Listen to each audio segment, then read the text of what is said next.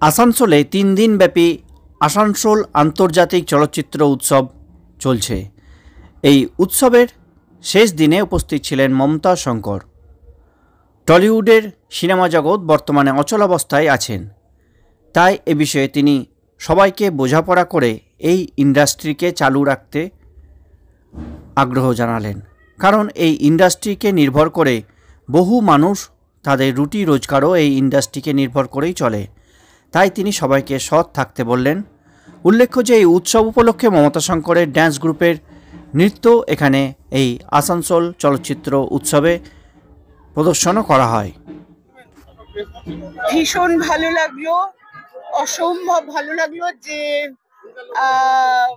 মানে আসানসোলের মানুষ যে এরকম ভালোবেসে, এরকম সাংস্কৃতিক মনস্ক, সেইটা দেখে আমার ভীষণ ভালো লেগেছে। এবং আশা করব আমাদের নাচের অনুষ্ঠানের জন্য যেন মানুষ আসেন এরকম ভাবে ভিড় করে। আর আজকে এই সিনেমাটা কলকাতায় যে কোনো কারণেই হোক, আমি বলতে চাই না, মানে সেইভাবে চলতে দেওয়া হয়নি, কিন্তু এখানে যে মানে এত মানুষ এসে সিনেমাটা দেখেছেন, যা আমার ভীষণ আনন্দের।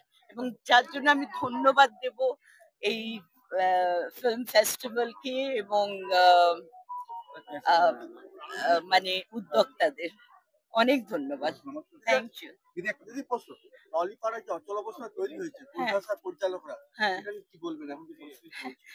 সব জায়গায় অচল অবস্থা হয়ে যাচ্ছে, আমি জানি না, মানে যেন আবার সবকিছু সচল হয়, এইটুকুই বলবো। মানুষ যেন সেইটুকু, মানে আমরা যেন কি বলবো, সততার সঙ্গে যে কাজই করব সেই কাজ যেন সততার সঙ্গে করি, যেন সত্যি কথা বলি, ঠিক কথা বলি, ঠিক জিনিসটা মানুষের কাছে যেন পৌঁছয়। আর মানে